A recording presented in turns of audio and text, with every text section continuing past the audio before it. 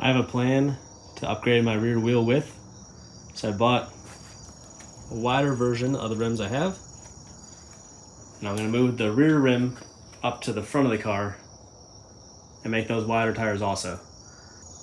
Also, these 9.5-inch wheels that I found apparently are discontinued globally.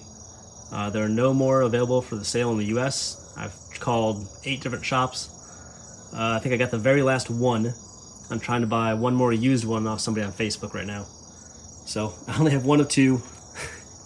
This may not pan out for me. This is a 255 tire on an 8.5-inch wide wheel. As you can see, the tire already sticks out wider than the wheel is. So I can't really throw a bigger tire on here, otherwise it'll kind of mushroom over the top. It'll be not well supported. It actually might pull some of the edge of the tire up off the ground more. So despite being a wider tire, it might actually touch the ground less. That's why we need a wider wheel to match a wider tire. With my current 10mm spacer in here, this silver piece right here, the first thing to hit is this upper control arm.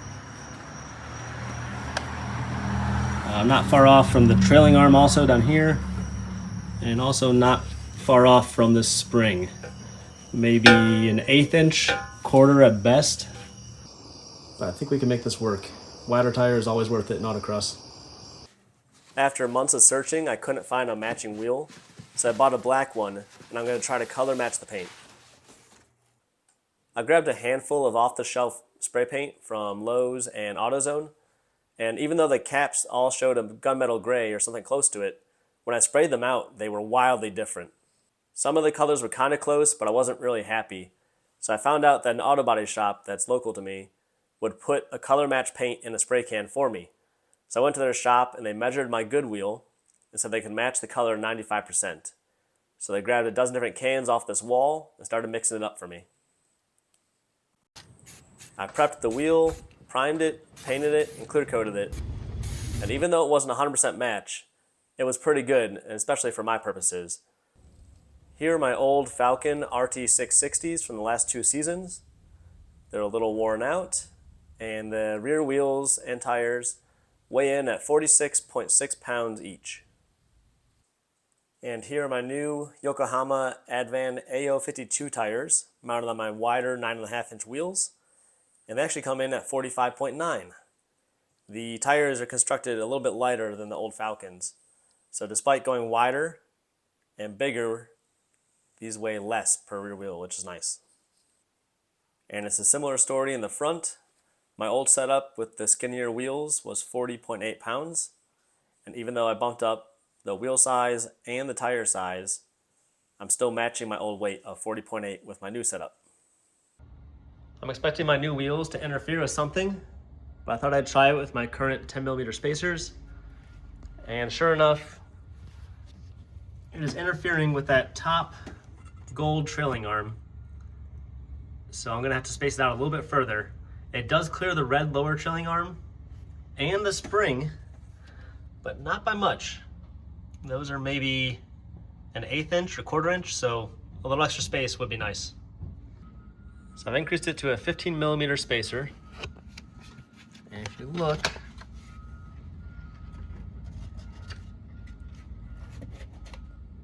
I can get paper between it, so there is clearance. But if I use this popsicle stick, which is a little bit thicker,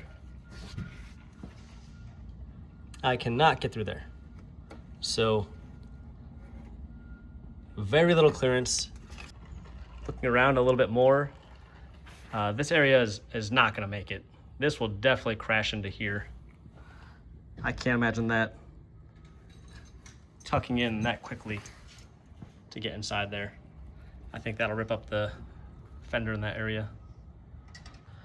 So I need to get this wheel tucked in to the car better.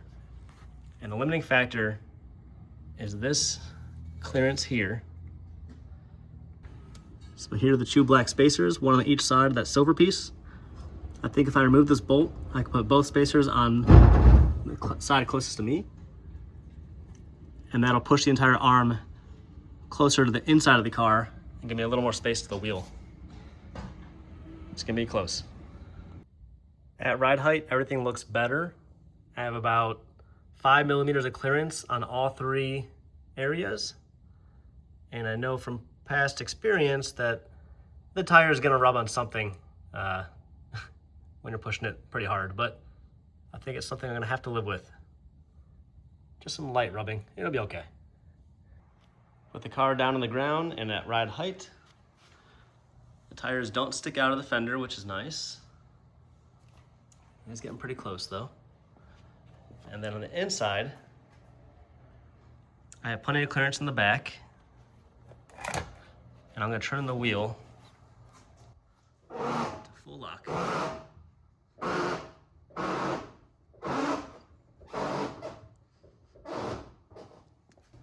So there we are at full lock.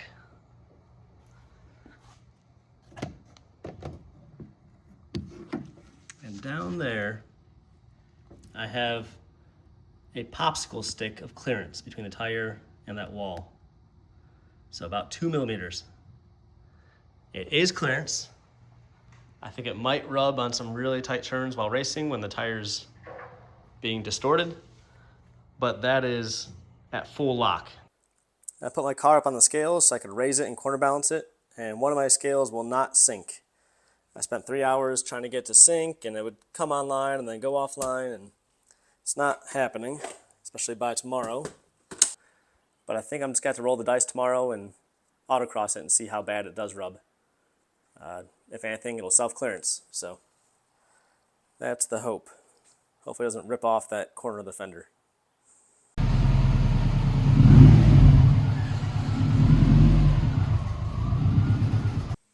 I will say this bigger wheel and tire combo fills out the wells so much better.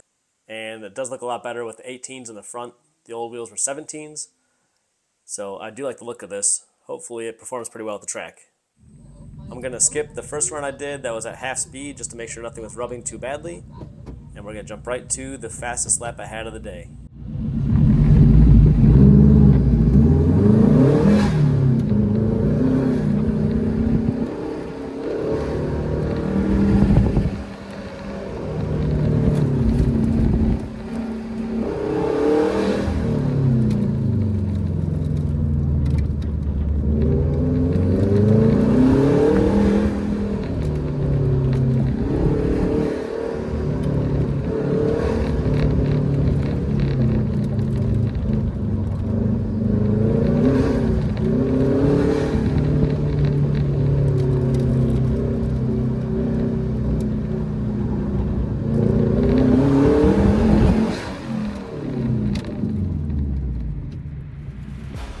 The results today were good. I won't say exceptional, but they were very good. I had no issues driving the car. It handled amazingly well. It was very balanced. Wasn't trying to spin on me or do anything weird. It was pretty easy to drive, but I definitely left a little bit on the table. I was able to pull 1.3 Gs at my hardest turn, and I hit a max speed of about 56 miles per hour today. I'm now in a class of my own, so I won. My first lap was 45 seconds as I just kind of tested the waters. From there, I dialed down the tire pressures all the way from 30 PSI, which used to work on my old tires, down to 22 on my last 2 runs. So these tires definitely like lower pressures, and I was able to shave off 5 seconds from my first run to my last run as I tested the waters and got used to the setup.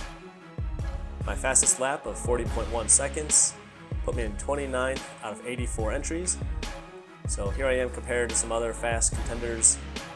I'm still behind a lot of my old class cars that I was competing with last year.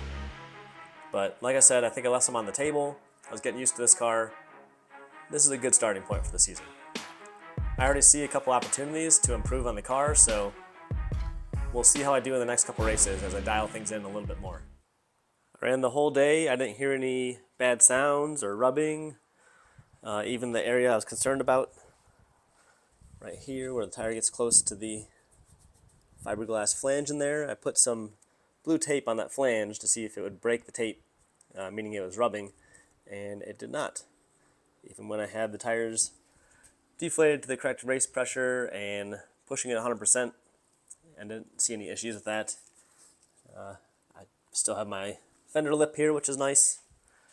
Same with the fronts. So all in all, a good day. Nothing got torn up. I pulled off one of the rear wheels, and as expected, I do have some rubbing down here on this trailing arm. I knew that was a pretty close tolerance. And when you lower the pressure in the tires, they get a little more floppy and they just distort more. So at those lower pressures, I think they're starting to touch. One thing I can do possibly is reduce my camber a little bit. I have -3 in the back right now, which is quite a bit. And by decreasing it, the outside of the tire will start to work sooner, so I won't need to go to as low as pressures. There's some compromises there, so it's not a perfect solution, but might be a better balance. Be sure to check out my other videos, and thanks for watching.